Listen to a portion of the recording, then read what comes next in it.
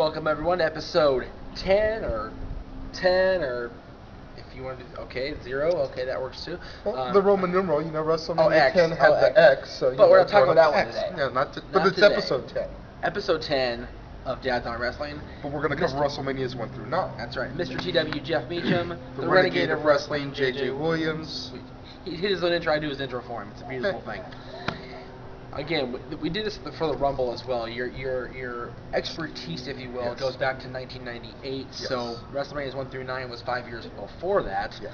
So I'm going to just briefly touch on my memories of WrestleMania watching on Coliseum Home Video. Although I have seen them on Coliseum Home Video and DVD. I own the anthology that came out a few years ago with 1 through 21, 21 being the bonus hidden disc. Which is why he rocked like that. But, even though I may not have grown up in that era, I've seen the pay-per-views on DVD and video, and I can still throw my 2 cents in here and there, just not as educated an opinion as you, sir. Right. Speaking of DVDs, if anybody wants to go back and record the WrestleMania 23 match between the originals and the New Breed for me and send it to me on DVD, you guys know where to send it.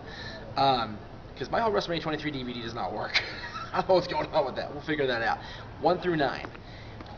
JJ, you want to talk about the spectacle of WrestleMania. Yes, that's the one thing I think that's been lagging the last few years. You go back to the first few WrestleManias, and you got Liberace, the Rockettes, Muhammad Ali, Billy Martin from the Yankees. Yeah, Reba McEntire, I think, was at WrestleMania 7 or 8. 8 in Hoosier Dome, yes. In this day and age, you've got, Donald Trump. You get like Jennifer Flowers. Justin Bieber is rumored to be seen in America the Beautiful this year. It's still a rumor. So don't kill the messenger. Yeah, please. But kill the Bieber. That just kind of shows where WrestleMania the spectacle is gone. Which back in 1985, Vince was trying to get everybody and their mother involved. At the War to settle the score, you had Dick Clark, you had Andy Warhol, you had Joe Pesci, you had Danny DeVito, Joe Piscopo. You had a who's who of Hollywood. Yeah. And now it's like kind of like the surreal life of Hollywood. Yeah, seriously. But WrestleManias 1 and 2 were focused around Hulk Hogan, of course, and Mr. T was in both of those, of course. Roddy Piper. Roddy Piper's battles with Mr. T, the boxing match at WrestleMania 2, and the tag match at 1 with Hogan and T against Piper and Orndorff. Orndorff getting turned on and becoming a babyface. Leading into WrestleMania 2, he was a babyface, and then he turned on Hogan again, which led to the big event in Toronto before WrestleMania 3. And then you get to WrestleMania 3. My God. Jesus Christ. Hogan and Andre, Savage and Steamboat. The match we're going to watch is part of our 3-day clusterfuck, and yes, this is not appropriate for age under 12. The mixed tag match with the midgets and Hillbilly Jim and King Kong Bundy. Bundy squashes Little Beaver, just craziness. Get into the language thing real quick. Just because WWE is PG television doesn't mean we have to be. We are rated R, sometimes X. Okay, seriously. Just throwing that out there right now. WrestleMania 4 is one of my favorite WrestleManias. The tournament, right? The tournament, the tournament. Jesse Ventura even said the first time in history, Jesse Ventura kind of outed WWE when he said the first time in the history of WWE there'd be a tournament. Didn't Buddy Rogers win a tournament? Jesse? Yeah. Even back then, Jesse was causing trouble. Yeah. Even though technically not true, didn't Pat Patterson supposedly win a tournament to become the first Intercontinental champion? What happened was we all know he unified 2 titles, but they always say that it was a tournament. Well, the story of the year with Pat is he was the North American champion. He won it from Ted DiBiase, and he won a tournament to become the South American championship. And he decided, unify. Yeah, so there technically was a tournament. It just wasn't for an Intercontinental title. They just unified 2 belts. Right. Well, he won the tournament. And then there actually was a tournament for the tag belt in '71. There was a tournament for that, which was won by Graham and Tyler. So that belt actually meant something for a minute. Now the tag belts mean. Right. Ford led to the ascension of Randy Savage, which led to the year-long slow burn of when is Randy going to turn? When is Randy finally going to crack his crock again and go ape shit and become a bad guy again? And it happened before WrestleMania 5. The Mega Powers exploded. Just awesome. Yeah. And then we get to 6. And 6 was kind of lackluster. 6 was kind of lackluster. There were a lot of matches. It was in the Sky Dome, Yeah. which made for an awesome show. Don't get me wrong. I remember Steve Allen playing piano with the Bolsheviks. Like, that's one of the few things that stands out in my head about that thing. Yeah, because my dad was a huge Steve Allen fan. So when we saw WrestleMania 6 for the first time and we saw him playing the piano with the Bolsheviks, we were like, dude, really? And then hindsight 2020, this dude turns out to be a tool when it comes to wrestling, because he's freaking, PTC bashing the WWE for their sex and their violence. It's like, dude, you were at WrestleMania 6. You narrated the unreal story of professional wrestling. And that's 2 pretty good paychecks, I'm sure. And you turn your back on something that paid you so well when you were just because struggling. L. Brent Bozell, the third, whatever his name is, Right. gives you a fatter check to represent the PTC. Dude, you're a sellout, and I'm glad you're dead. Anyway, Ouch. I don't care. That's brutal. I don't I'm care. sorry, dude. I don't wish death on nobody. I don't wish that to nobody, but since he's gone, whatever. Sorry, Pop, if you saw this. I know. Sorry. Yes, sorry, Mr. Williams. My bad. WrestleMania 6, of course, the Ultimate Challenge. Hogan Yes. and Warrior. Warrior's one of like 3 shining moments in his entire career. Yeah, I mean, seriously. You had that. You had Like, Warrior was blown up within 20 seconds of the match, and Hogan, to his credit, carried Warrior to like a 20-minute match. which made And Warrior that's saying look good. something for Hogan, because Hogan Yes. can't wrestle his way out of a wet paper bag with a chainsaw and a blowtorch. Right. And I mean, granted, I'm the biggest Hulkamaniac in the world, but yes, there's no doubt about that. Warrior's moment at there led to WrestleMania 7. Him Right. and Savage. Again, Savage carried Warrior to a great match. Yeah. Warrior. And then Warrior Slaughter Hogan. Slaughter Hogan, which was my first WrestleMania. We're watching. Hogan comes out. Slaughter comes out. The cable cuts. Oh, that's fail. We're calling Palmdale because we're up at my aunt's That's house, just Palmdale. fail, dude. We were on the. I had to. This is I back should when have told your cable company that the Cobra Commander is going to come for you. right? This was back when Fred Rogan still covered wrestling. Damn. So Fred Rogan on Channel 4 at 11 o'clock told me that Hulk won the title back. Total side note, didn't Fred Rogan in his younger days kind of look like Bob Saget, You know? who kind of played a sports announcer on Full House? So, you know, It all I'm ties just in together. throwing that out there. It's Completely circle random. of Completely life. random. Forgive me, Yes. fans of the show, but throwing that Fans out of which show? Full House or this one? Yes. Ours. Yeah, okay.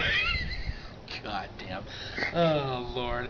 WrestleMania 7 7 was, of course, the last time we saw the Rockers at WrestleMania. Yes, yes. Because the next year, Sean broke curtain out as a jerker, single. but you know what's really sad? I put up that poll about Michaels and his WrestleMania matches, which one we wanted to watch. Right. And, you Which I know, promoted the which shit you out promoted of. the shit out of. We both did. No love for the Michael Santana match. None. I don't think. Zilch. I'm wondering if the modern day fan, you know, the C Nation, if you will, even knows who El Matador is without writing Tito Santana next to it. Which is why I wrote Tito Santana, because You know. nobody knows who that is. And Arriba!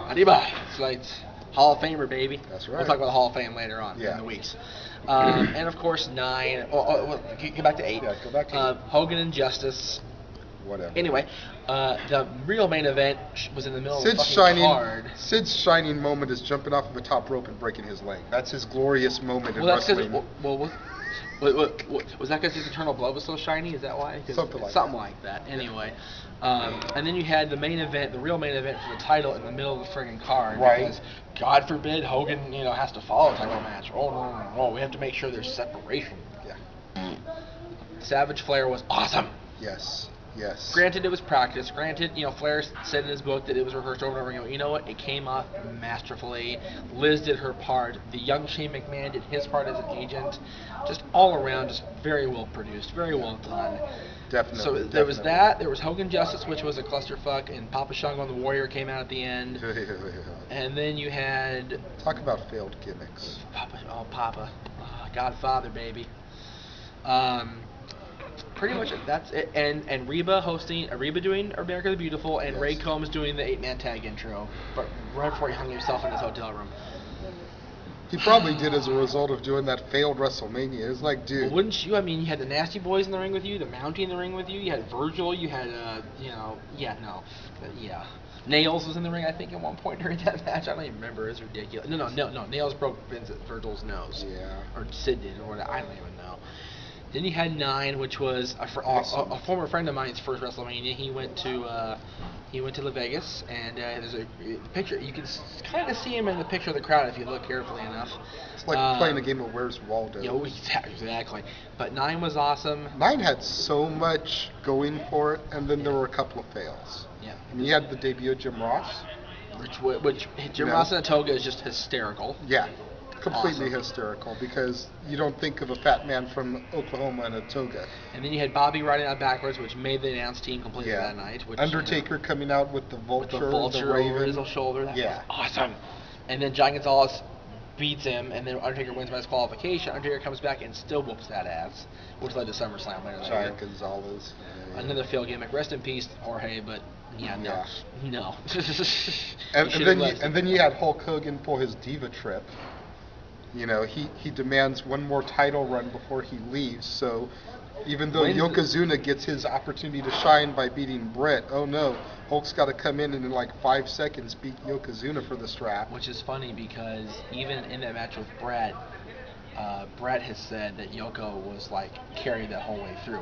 The match at 10, Yoko did better despite weighing more. We'll talk about 10 next show. Next episode. But yeah, Yoko did better in that than he did at 9. That's what Brett says. And then of course Hogan pulls a little bit. Yoko was a little bit green by 9, wasn't he? I mean, he wasn't in the pro business for too long by the time 9 came along. True, that's very true. By the time true. 10 came along, he had a whole other year of experience. But you had, Shawn Michaels and Tatanka at 9. You had Bob Backlund and Razor at 9. You had the Mega Maniacs and Money Inc., which actually turned out really well considering who was involved. I mean, you had Beefcake and Hogan on one side, and 2 great wrestlers, DiBiase and Shyster on the other side.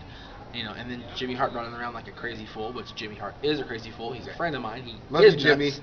Yeah, Jimmy, you nuts. But anyway, all right. Jimmy, you fail for hosting WrestleLicious. That's all I'm going to say.